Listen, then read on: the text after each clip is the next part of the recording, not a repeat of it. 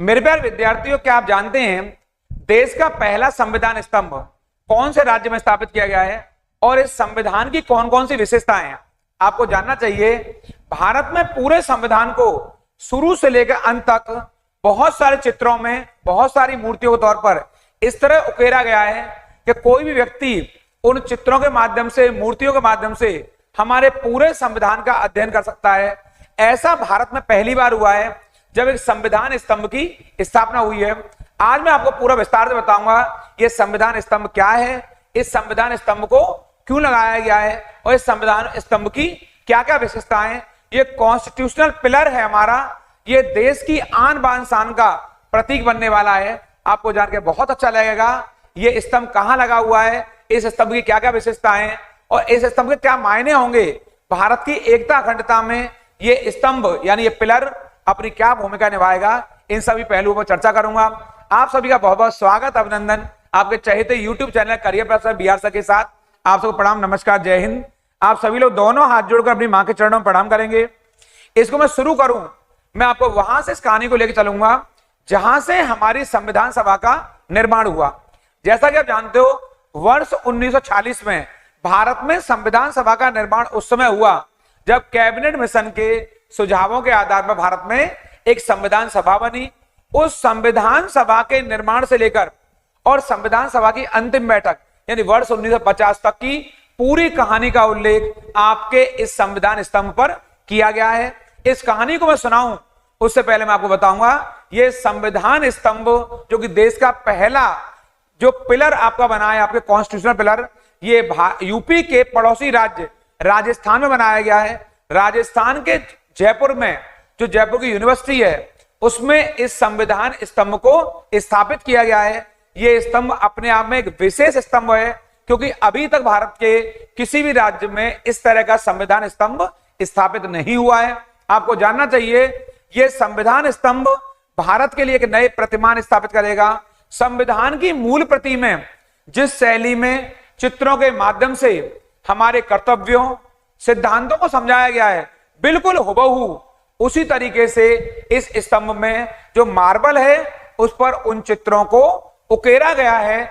मूर्तियों के माध्यम से, चित्रों के माध्यम से इस स्तंभ के फ्रंट यानी कि सामने वाला भाग, राइट भाग, लेफ्ट में उकेरे गए चित्र और मूर्तियों से हमें पूरे संविधान के बारे में सारी जानकारी मिल सकेगी। और जैसा कि मैंने बताया आपको कि इस पर 1946 से लेकर के 1946 से लेकर के 1950 तक के जितने घटनाक्रम हैं उन सबको उकेरा गया है। मैं आपको एक ऐसी जानकारी दूंगा जो आपको बहुत अच्छी लगेगी।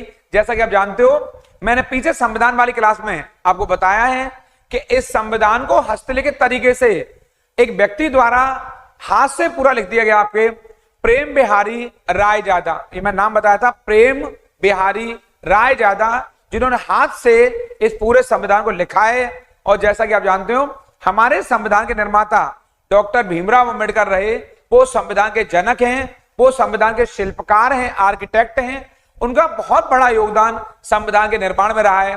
मैं बताऊंगा आपको इस जो संविधान स्तंभ है इसमें भारतीय गणतंत्र की सारी भावना आपको स्पष्ट तौर पर देखने को मिलेगी।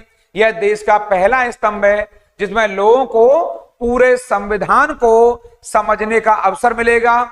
इसके अंतर्गत त्रेता, द्वापर और आज के युग को स्पष्ट तौर पर दर्शाया गया है। इसके फ्रंट भाग माने इसके सामने की तरफ गांधी जी की प्रतिमा है और इसके अंतर्गत आप दिखाया है कैसे भीमराव अंबेडकर जी ने और जो आपके राजेंद्र प्रसाद हैं उनको अपना ड्राफ्ट जो पकड़ा है। आप जानते होंगे ड्राफ्टिंग कमेटी के चेयरमैन डॉक्टर भीमराव अंबेडकर रहे और मैंने पिछली क्लासों में कई बार बताया है कि ड्राफ्टिंग कमेटी में 7 लोग थे, लेकिन इस ड्राफ्टिंग कमेटी के चेयरमैन कौन थे?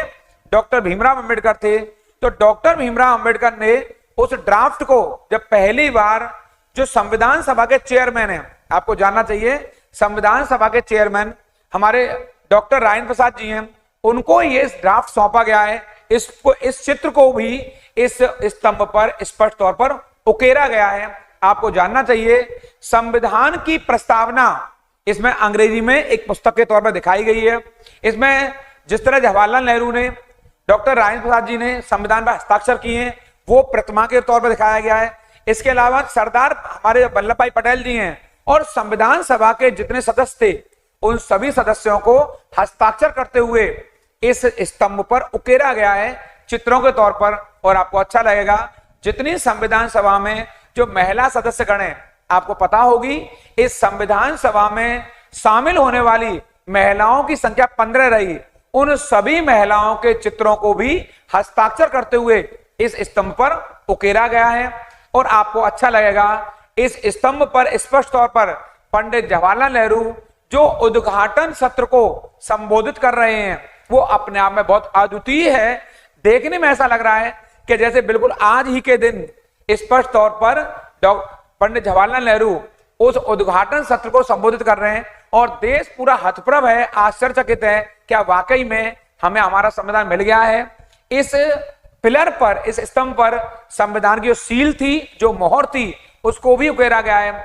इस संविधान सभा में जो पंचायती राज व्यवस्था है उसमें हमने जो हमारे विक्रमादित्य हैं उनकी राज्यसभा के चित्रों को स्पष्ट तौर पर दिखाया गया, अर्थात जो विक्रमादित्य की जो सभा थी उस सभा को पंचायती राज के तौर पर हमने यहाँ स्पष्ट करने का प्रयास किया है। क्योंकि हमारे संविधान में जो पंचायत का उल्लेख हुआ है वो भाग 9 में हुआ है और पंचायतों को स्पष्ट करने के लिए हमने इस संविधान स्तंभ पर विक्रमादित्य की राज्यसभा के चित्र को लिया है। उसके द्वारा बताया है कि किस तरह पंचायती राज व्यवस्था हमारे यहाँ रहेगी।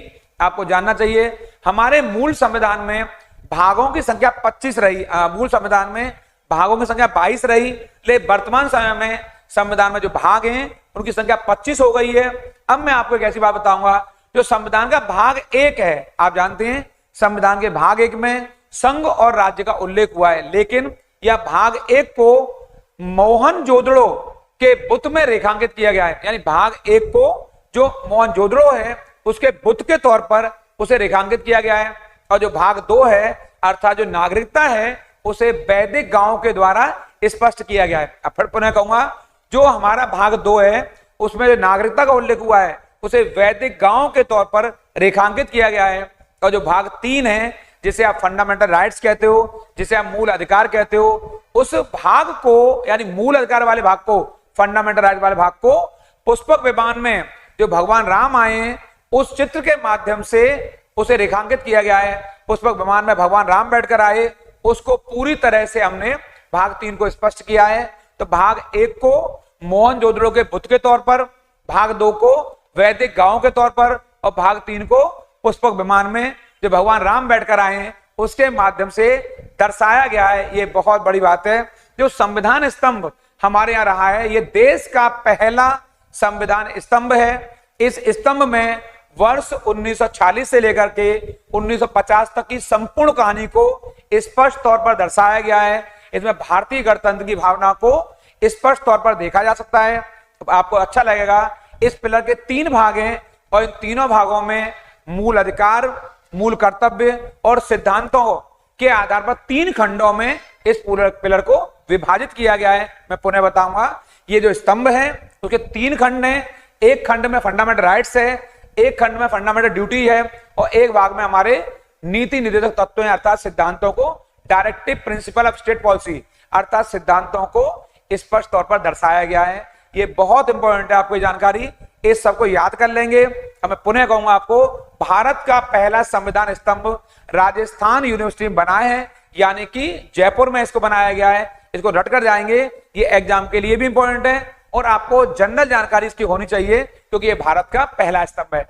अभी तक चैनल को आपने सब्सक्राइब नहीं किया है, सब्सक्राइब कर लेंगे और ये वीडियो आपको अच्छा लगा हो तो लाइक शेयर करना बिल्कुल नहीं भूलेंगे क्योंकि ये बहुत महत्वपूर्ण क्लास है। मैं लगातार आपको कंटिन्यू क्लास नहीं दे पा रहा हूं, लेकिन अब से मैं आगे आपके बीच में लगातार जुड़ा रहूंगा। आपके लिए बहुत महत्वपूर्ण जानकारी मैं आपके लिए साझा करने वाला हूं। जो क्लासें हमारी पीछे चल रही थी वो लगातार जारी रहेंगी, कोई ब्रेक नहीं है। मैथ वाले सर, रीजनिंग वाले सर पुनः प्लेटफॉर्म पर अपनी कक्षाओं को आपके बीच में लेकर आ रहे हैं। एग्जाम के लिए वो सारी क्लासें आपके लिए बहुत महत्वपूर्ण होने वाली हैं क्योंकि हमारी स्टडी का आधार एग्जाम ओरिएंटेड है, उससे बाहर एग्जाम में कुछ भी आने वाला नहीं है। उन लोगों का जरूर ख्याल रखिए जो आपका ख्याल रखते हैं। प्रणाम, नमस्कार।